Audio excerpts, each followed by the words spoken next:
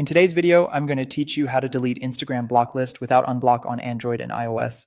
This method uses Instagram's in-app support to request a full block list deletion without manually unblocking anyone. I'll walk you through it clearly so you know exactly what to do. Start by opening the Instagram app.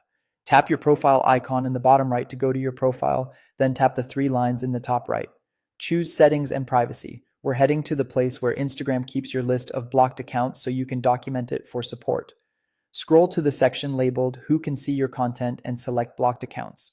Here, take a clear screenshot of your entire block list. If the list is long, take multiple screenshots so everything is captured. Make sure the names are readable and avoid including anything sensitive outside of the list.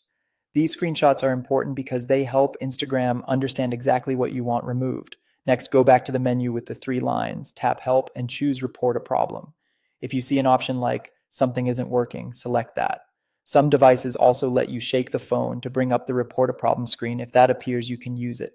When prompted to record a video or add more details, you can skip the video. Instead, attach the screenshot of your block list.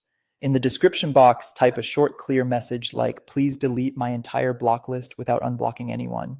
Keep it simple and polite so the request is easy to understand. Double check that your screenshot is attached, then send the report. After you submit, Instagram will review your request. This can take a few days, so give it some time.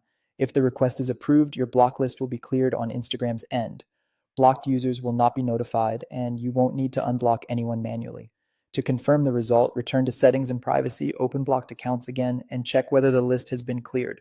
A few tips to make this smoother. Ensure your app is up to date so support sees the same layout you do. Keep your message concise and specific, and attach screenshots that clearly show your current block list.